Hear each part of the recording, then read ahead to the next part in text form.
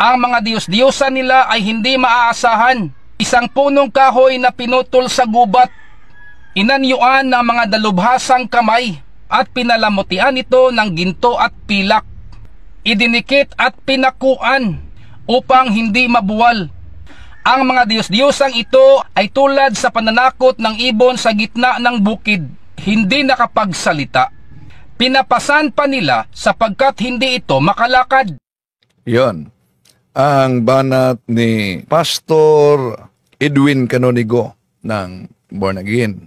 Ayaw nila ng mga sagradong imahe dahil ang kanilang doktrina sola scriptura Bible alone. Tingnan natin ang mensahe ni San Pablo na mababasa po sa Colosas Kapitulo 2, versikulo 8, patungkol po sa tradisyon at mga doktrina na gawa lamang ng tao na maghahatid sa tao sa binanatan nila dito ang tradisyon, binanatan yan tradisyon.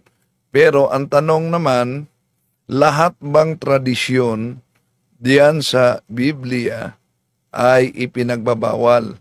Halimbawa, sa banat niyang tradisyon, di po ba niya alam na yung pagdiriwang ng New Year ay nagiging tradisyon na yan?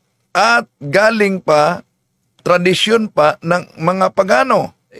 Nagdiwang siya ng New Year. Have a blessed New Year everyone, especially sa aking mga loved ones at mga kapatid. At saka So, have a blessed New Year to everyone. Binanatan niya ang tradisyon. Pero ano ang sabi sa Word Book Encyclopedia, Volume 16, page 1960, etong mabasa natin, New Year's Day, early customs, o customs, pastor, ibig sabihin tradisyon yan. Ito ang sinabi sa kasaysayan. New Year's Day, early customs, if the earliest of the ancient nations had customs that celebrated New Year's Day. In ancient Rome, the first day of the year was given over,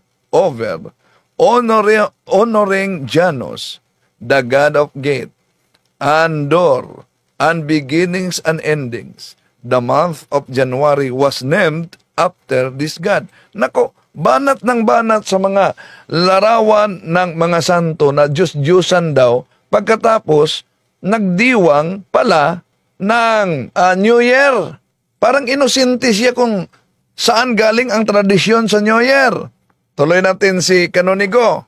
Pahamakan. Ito po ay mababasa mga kaibigan sa Colosas Kapitulo 2, versikulo 8. So ano ang mabasa sa Colosas 2:8? Pag may mabasa diyan, ito ba'y tumutukoy na sa tinatawag na apostolic tradisyon? Dahil ba may tradisyon sa mga tao? Ano yung mga tradisyon sa mga tao na ipinagbabawal? Isa na yan, yung mga pamanhiin na mga superstitious beliefs, yon ang mariing ipinagbabawal. Pero ang tanong, sa apostolic tradisyon, wala bang tradisyon ang mga apostolis, lalo na kung babasahin natin ang ikalawang Tesalonica Kapitulo 2, versikulo 15? Wala ba silang apostolic tradisyon na dapat tanggapin?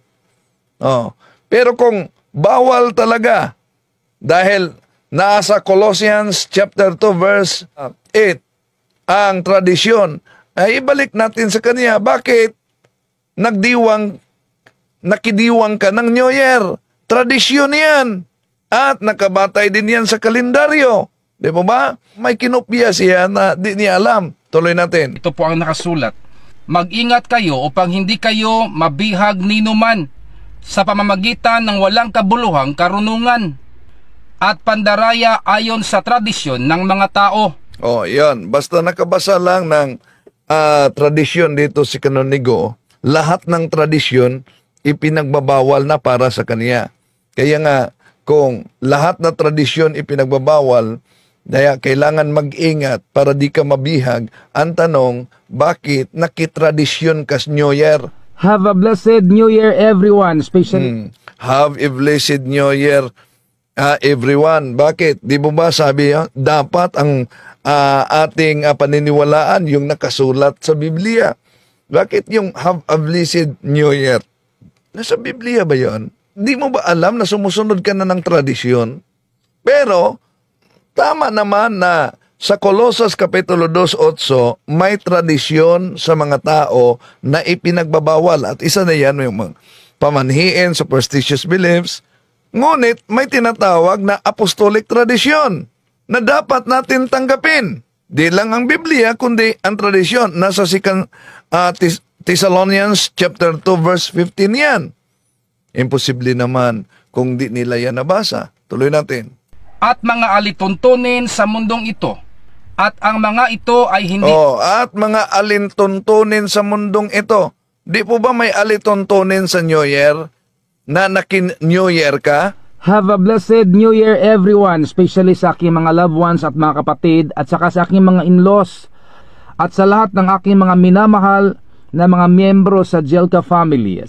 So, ang tanong, saan mo kinuha yan?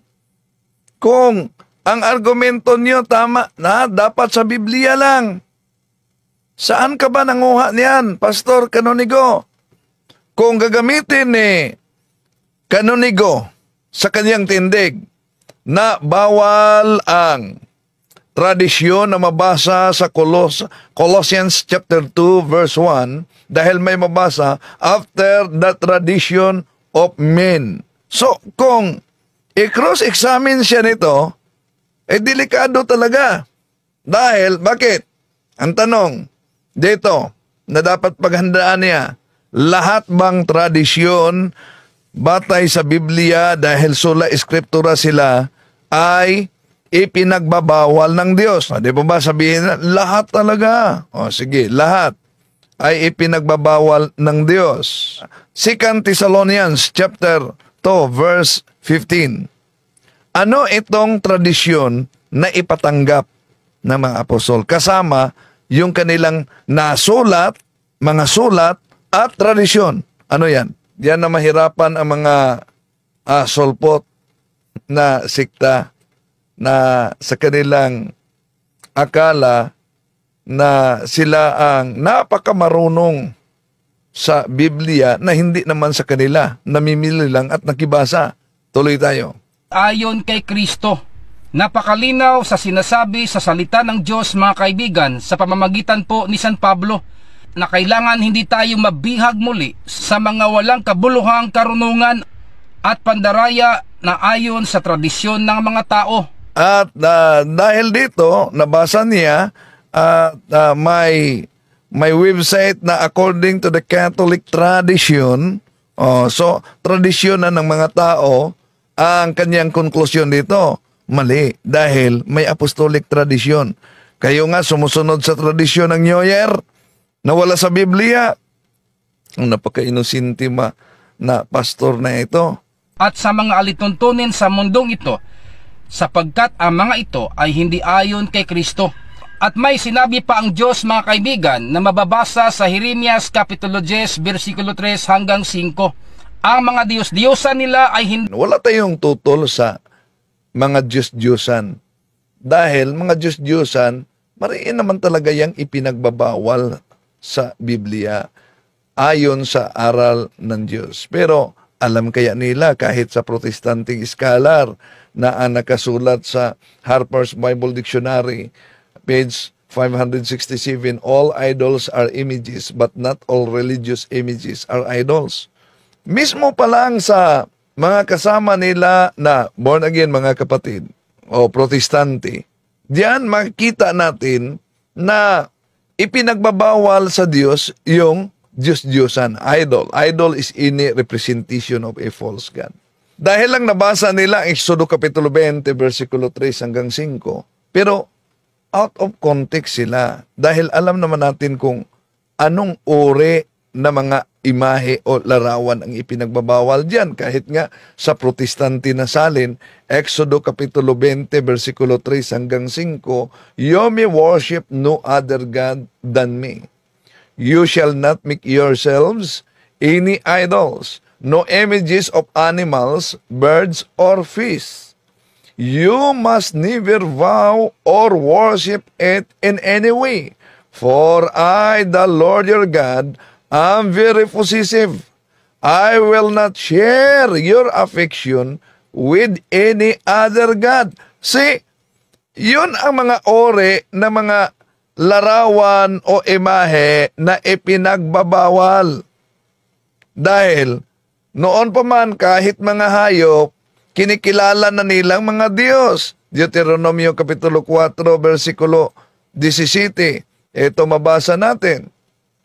Hayop sa ibabaw ng lupa, ibon ang ng anumang gumagapang o ng anumang isda. Huwag ninyong sasambahin ang araw, buwan, bituin, o alinmang bagay sa kalawakan na nilalang ni Yahweh para sa tao. See, yun ang mga sinamba noon ng mga tao na tinatawag na Diyos-Diyosan. Pero lahat ba na mga larawan sa Biblia ay Diyos-Diyosan? Hindi. Dahil ang Diyos mismo nag-utos. Pero sabihin nila, lalo na sa mga ngaral na ito, na kung binanggit sa Biblia yung mga bituin, ibon, isda, hayop na sinamba, di po ba malinaw naman na nasa Deuteronomio Kapitulo 4, versikulo 16, na yung larawan ng lalaki at babae, ipinagbabawal ng Diyos? Ay di po ba kayong mga Katoliko, meron kayong mga larawan o imahe ng lalaki at babae? Deuteronomio Kapitulo 4, versikulo 16. Baka kayo'y mga pakasama at kayo'y gumagawa sa inyo ng isang larawang inanyuan na kawangis ng alinmang larawan na kahawig ng lalaki o babae. Kaya sabi na, di po ba si Maria, si Santa Maria ay babae, si San Pedro ay lalaki. So ibig sabihin, iyon ang ipinagbabawal. Mali. Dahil pinangalanan sa Biblia, sino yung babae at lalaki na mga Diyos-Diyosan, kung tingnan natin ang unang mga hari, Kapitulo 11, versikulo 32, 35. Ginawa ko ito sapagkat tinalikuran niya ako at ng lingkod kay Astarte ang Diyos ng mga Sidonio, kay Kamos ang Diyos ng Edom, at kay Molek ang Diyos ng mga Amomita. Hindi siya namuhay ng ayon sa kalooban ko. Hindi niya ginawa ang gusto ko at hindi niya sinunod ang aking mga utos at tuntunin. Hindi nga niya sinundan ang halimbawa ni David. Yun ang mga uri ng mga Diyos-Diyosan na ipinagbabawal sa Biblia. Malinaw yan. Sino mga Diyos-Diyosan na ipinagbabawal? O ng Hari 18:19. Ito, ngayoy, tipunin ninyo ang buong Israel at ang 450 propeta ni Baal at ang 400 propeta ni Asherah na pinapakain ni Jezebel, at magtutuos kami sa bundok ng Carmel, sagot ni Elias. Yun ang mga ore ng mga Diyos-Diyosan na ipinagbabawal diyan sa Biblia, mga kapatid. Pero, alam nyo ba kung ano ang kabayaran pag makasala ka sa mga bagay na banal kahit hindi mo sinadya? Ito pa kaya mga pastor na sinasadya talaga yung pagsunog at pagwasak sa mga imahe? Leviticus Kapitulo 15, 5, versikulo 15. Kung ang sino man ay makasuway at makasala nang di sinadya sa mga banal na bagay ng Panginoon, ay magdadala nga siya ng Panginoon ng handog dahil sa pagkakasala na isang tupang lalaki, walang kapintasan, na pinakuha sa kawan ayon sa inyong pagkahalaga sa siklong pilak, ayon sa siklong ng santuario na pinakahandog dahil sa pagkakasala. O may kabayaran pala kahit hindi sinadya na nagkasala ka sa mga bagay na banal. O yun, tira ng tira sila dahil ang akala nila may mabasa lang na ipinagbabawal ang mga imahe, lahat na ng mga imahe bawal para sa kanila. Tuloy natin mga kapatid. Di maaasahan, isang punong kahoy na pinutol sa gubat, inanyuan ng mga dalubhasang kamay at pinalamutian ito ng ginto at pilak. O, yung definition niya, pag inanyuan ba ng dalubhasang kamay, ang tanong, yun po ba'y Diyos-Diyosa na? Lahat ba na mga larawan ay Diyos-Diyosa na? Pag inanyuan. Di ba niya alam na ang Diyos mismo nag-utos na magawa ng altar at magawa ng monumento ng Panginoon? Saan mabasa?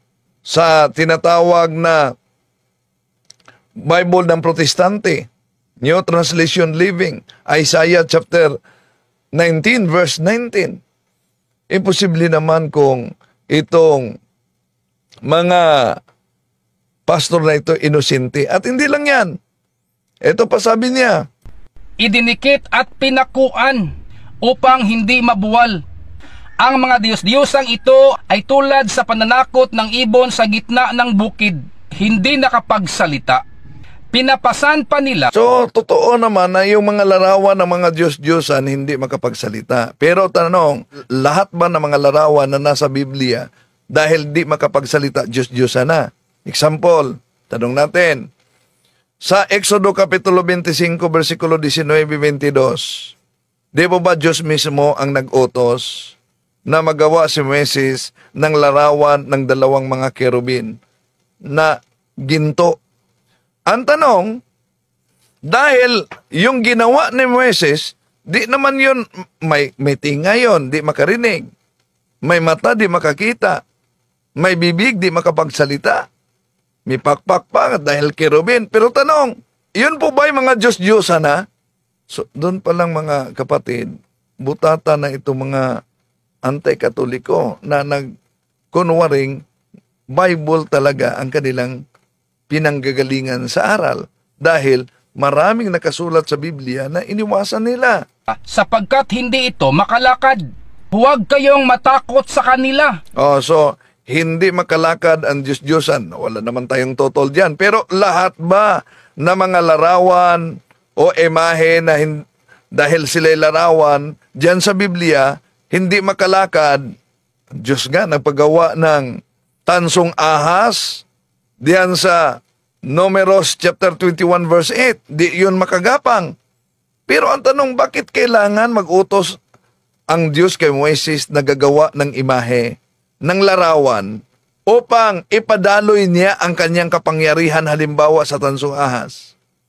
Bakit kailangan mag-utos ang Diyos kay Moises sa Exodo Kapitulo 25, 19-20 na magawa ng dalawang larawan ng kerubin? Bakit? Kung lahat ng mga larawan ay pinagbabawal.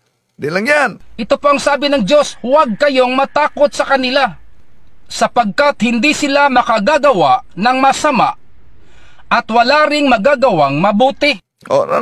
Tama naman sa mga Diyos-Diyosan, no? Pero sa mga larawan ng mga santo, may mabuting pakinabang ang larawan ng mga santo. Bakit may mabuting pakinabang? Una, ang larawan ng mga santo ay nagpaalala ito sa mga bayani ng ating pananampalataya.